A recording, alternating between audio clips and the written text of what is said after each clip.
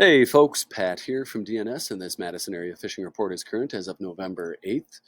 Just a quick reminder before we get started, we will be closed November 16th through the 29th. This is a long-running tradition done here at the shop. Uh, it's a very slow time of year typically, and we use the opportunity to get out, chase some deer around, do some fishing ourselves, probably eat too much food at Thanksgiving, but then we will be open again on Small Business Saturday, which is November 30th.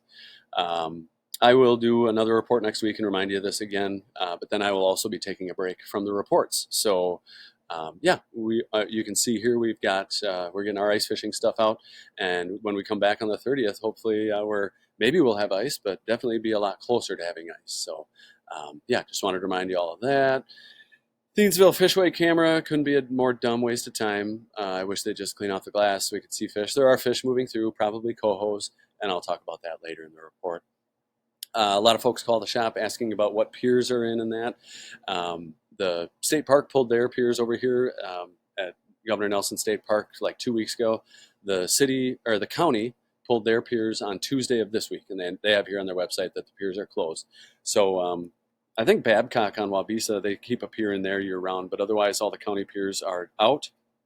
I talked to somebody at the city. Their piers are in. They don't really have a schedule to remove piers. They just kind of do it whenever they have staff available, and the crane available to get them out of the water. They did assure me that they will be leaving a pier in at Warner and at Olbrick through the end of November. So I appreciate them doing that. It's fly tying season, so there's a couple events coming up I want to let folks know about. Southern Wisconsin Trout Unlimited is having their fly tying jamboree November 12th. This will be at Schwegler's Lanes on the west side um, at 7, or I think it starts at 6 or 5:30, 6 o'clock, something like that. Anyway, some of the best tyers in town will be at this event. Um, I will also be tying at it. I don't know how I get roped in with those fine folks, but anyway, it's a fun event, super casual. If you tie flies, bring your stuff. Join in. You can watch some real masters tie flies. They'll have like a camera with a screen and demonstrations on how to tie flies. And it's just a cool hangout spot. Schwegler's Lanes over there, 7 o'clock next Tuesday, November 12th.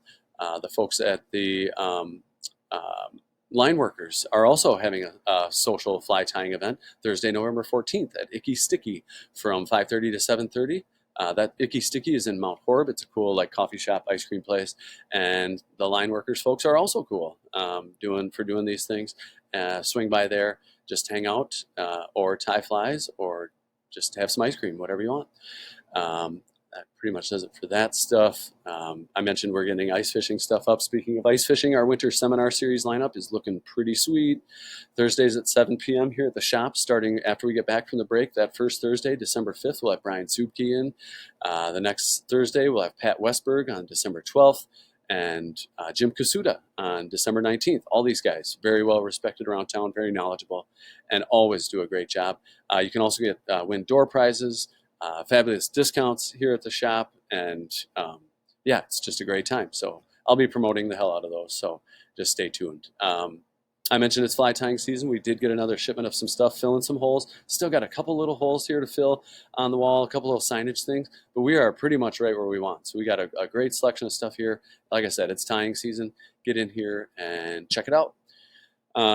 Just some announcements on the door. Jam for Cans at the VFW on Cottage Grove Road. That's a benefit for food pantries. I got a bunch of bands there. It's a pretty cool event. We support that with a rod and reel donation for their raffle prize. The Stoughton Conservation Club is doing their Hunter's Sight-In. You can bring a gun down there November 9th and 10th from 8:30 to 3 p.m. They have volunteers there that will help you sight in your gun, $10 per firearm, and that goes to benefit the Stoughton Conservation Club, which is a great group. This is a really nice venue too. They got a great facility down there. I've actually been to this event. It's well run. So yeah, if you want to get ready, how about you do this? Get ready for deer season on the 9th. Go do that, and then go to Jam for Cans in the afternoon. That sounds like a pretty fun day. Otherwise, up the street here at the church, they got another blood drive coming up December 3rd, it looked like. Reminder that we're going to be closed the 16th to the 29th. Stop in and stock up next week. If you need some minnows, if you need some worms, whatever you need, we got it, and we can get you set up for over the break. And then, of course, our winter seminar series lineup poster.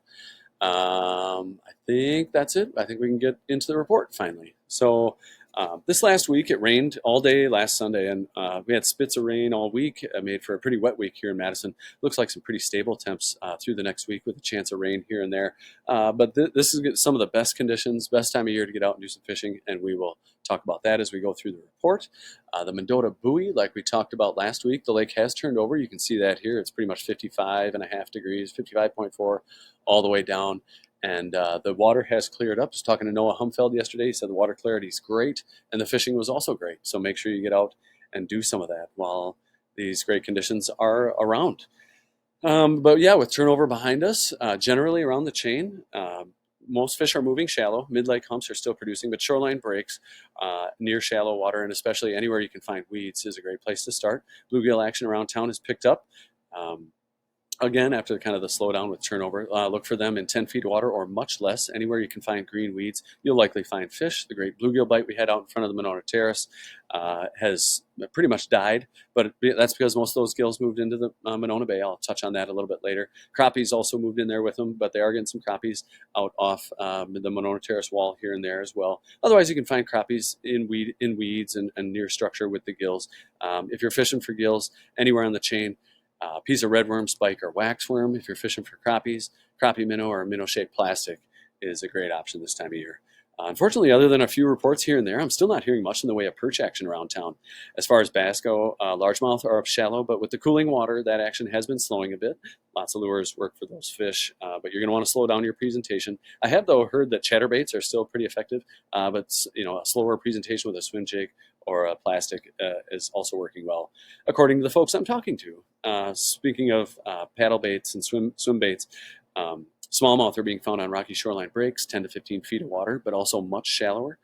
Rocky areas, if you can find weeds, even better. Sometimes as shallow as like 2-3 feet.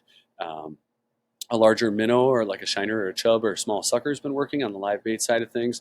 But like I said, if you can find weeds, that's where you're going to find fish.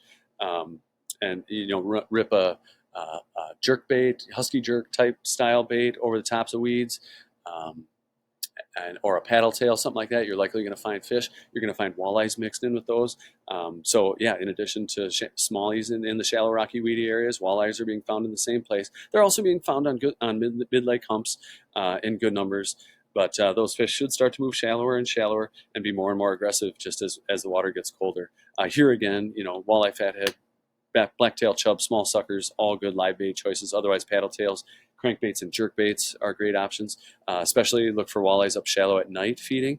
And if you're casting from shore, you might as well throw out a lighted bobber with one of those larger minnows on and cover all your bases. The muskie bite's been good and should really light up now that turnovers happened. Pike are bulking up for winter all around the chain, especially on Mendota. The action's been great over there. Rivers and streams are running a little high after the rain we got this last week, but not flooded by any means. The rain also brought the tributaries up over to Lake Michigan, so there's bound to be more fish moving upstream, and we'll talk about that a little bit later. A little more detail here as far as different spots go.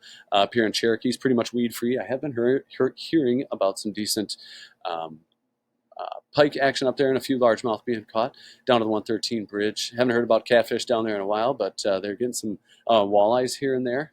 Look for dirtier water. It's tough on clear days from what I hear.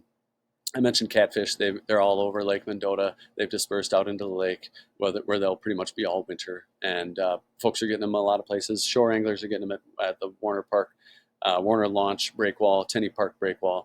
But yeah, panfish anglers are getting them. They're just around. But as far as other fish go, bluegills are up shallow. If you can find green weeds, you're likely going to find bluegills. Crappies are also mixed in with those fish. The bluegills there's always a chance for giant bluegills, but the crappies, it seems like that action's been picking up, and the size of those fish has been great. Just haven't heard much about perch reports. Maybe a little bit down here on the west side, but they've been tight-lipped and not very big, from what I've been hearing anyway. And we're back here. So yeah, the largemouth bite has been slowing down, like I said, but smallmouth are being found on shoreline breaks, like I said in the intro, 10 to 15 feet of water, but sometimes much, much shallower with walleyes mixed in. Walleyes are being found on mid-lake humps, places like Dunn's Bar, Second Point, Beerley Bars, with some dandy bluegills mixed in there still. Otherwise, like I said, those fish move up shallow at night to feed. So anywhere if you're looking for them during the day, a shoreline break near a shallow area is a great place to look. But then at night, anywhere shallow as you can get, really. So the Warner Park Breakwall has been great at night. So is Tenny Park, University Shoreline, Picnic Point. I've been hearing about some fish. So yeah, a lot of great fishing to be had out there. So I guess speaking of Tenny Park, great mixed bag of fish during the day. The walleyes are going to start moving in there more and more, and you'll even be able to catch them during the day as things cool down here. I haven't heard much from the folks that fish the lock and dam or below there. It sounds like it's been pretty slow right up at the lock and dam, but I have heard about some walleyes in the river down below here. So that's always another option there. A nice mixed bag of fish coming out of the mouth of the Yahara down here. It's also a good nighttime walleye spot. Otherwise, kind of the same thing on Monona as, well, pretty much everywhere else on the chain. Bluegills are going to be up shallow in the weeds, so if you can find weeds, you'll likely find gills. That bite, like I said in the intro, has died off the Monona Terrace wall, but they have moved into Monona Bay, and there's some crappies that have moved in there, and that bite has been actually pretty fantastic. And everybody knows that the great pan fishing that we have there all winter, so that's where those fish will remain. Over on Lake Wingrove, the weeds are dying back pretty well, and a lot of tiny bluegills in there. Some bass that can still be caught, although that action's slower. But muskies are the star of the show over there. And I've been hearing about some good action, but not the giants that you find out here on Lake Monona. I have been hearing about some nice fish coming into the boat over here. A lot of folks coming through, picking up the big suckers we have here at the shop. And it's go time as far as like getting out there for those big fish. Walleye action on Monona has been consistent, mostly along this kind of, I guess we'll call it the western shoreline, but John Nolan Drive in particular and the Monona Terrace Wall area has been good. Turville and Weechawak Bays are also great panfish spots. Down here to Mud Lake, the dredge hole has panfish in it right now, crappies and bluegills. There are bass still hanging out here in the shallow flats around the dredge hole, and if you can find weeds over there, you're almost certainly going to find fish.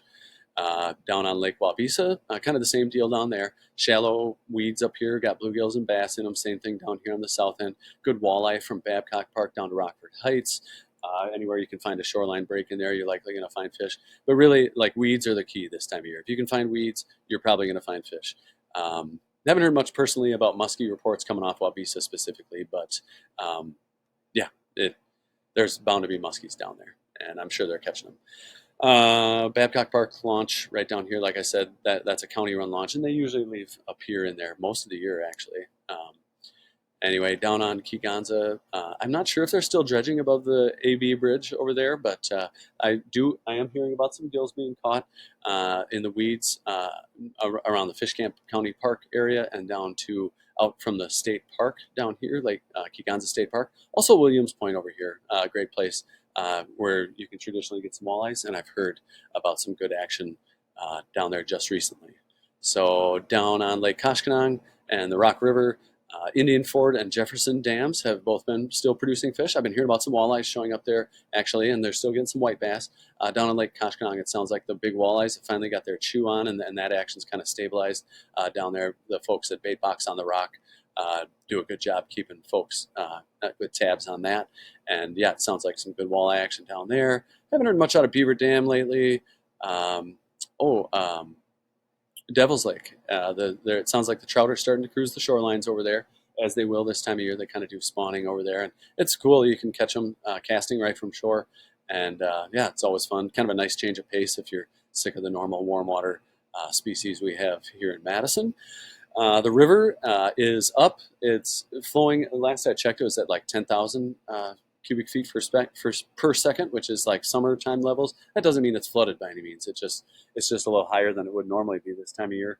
But yeah, same thing as always, whether the water's high or low, look for fish in deeper holes. So backsides of sandbars, corners, stuff like that. Structure is also going to hold fish. Otherwise, Prairie du Sac Dam up here is loaded with fish almost year round. White bass and walleye I've been hearing about a little bit up there. Sturgeon too coming through. Lake Wisconsin is a fantastic walleye bite going on right now. I don't know what's going on, but it sounds like the bite has been great there. Oki and the grade over here have been good areas for shore anglers, but the boat anglers have just been lighting them up out here. Also a good panfish bite in some of your back bays and stuff like that. As you move up the river, same thing at all the dams. Wisconsin Dells Dam, Castle Rock, Petenwell. Nice mixed bag of fish. Petenwell and Castle Rock, same thing as Lake Wisconsin. It's going to have a nice mixed bag of fish on it. Otherwise, over on the Mississippi River, I've been hearing about good action at wing dams, as is typical this time of year. Walleyes, smallmouth bass over there, panfish along rocky shorelines. If you can find weeds, great. You're almost certainly going to find fish that way. The salmon run continues up the tributaries, up and down the East Coast over here. The Milwaukee River did jump with the rain that we got this last week. They didn't get as much rain as we did, but the river did come up, and it's close to normal flows for this time of year, which almost certainly pushed fish up. The Root River down here at the Steelhead facility, they were in there again doing more surveys, collecting eggs from fish. This last week, it looks like November 31st or something they were in. Anyway, whole bunch more cohos. The king run, the Chinook salmon, that's kind of leveled off here, you can see. But yeah, I think this number was at 2,000 last week, and so they got 1,000 more coho processed over there. So a lot of coho pushing through the system right now. Get over there and enjoy that fishing while it lasts. I love fishing cohos. I know it's something Harley and I get out and do over the break, and I'm sure we'll be posting pictures to social media. But those fish will chase down flies, and they're big, and they're in shallow water, and they're pissed off, and it's a lot of fun. So yeah, I'll keep you posted as I learn more. Still got browns and steelhead. They're getting down in the harbors down here, I guess, but also in the rivers. I've been hearing about a few steelhead here and there. Those fish will move in. The browns will start pushing up, and they are pushing up already a little bit to do their thing. So yeah, real exciting time. I love fall in Wisconsin. It's just awesome. I will be out hunting this weekend. I want to wish all the other hunters out there. The rut is in full swing right now, so let's get out there and enjoy it while we can. I'm not going to talk about a Happy Fly Day feature, but I would encourage you to join in at the Fly Tying Jamboree at Trout Unlimited on the 12th. You can come see me tying there. Otherwise, the Icky Sticky event also sounds fun over there in New Glarus. If you get out fishing, I do wish you luck. If you want us to expand on anything we talked about here, do feel free to call the shop at 241-4225, and we can kind of elaborate on stuff we've talked about. And yeah, good luck. Thanks for tuning in. We will talk to you next week. Thanks so much.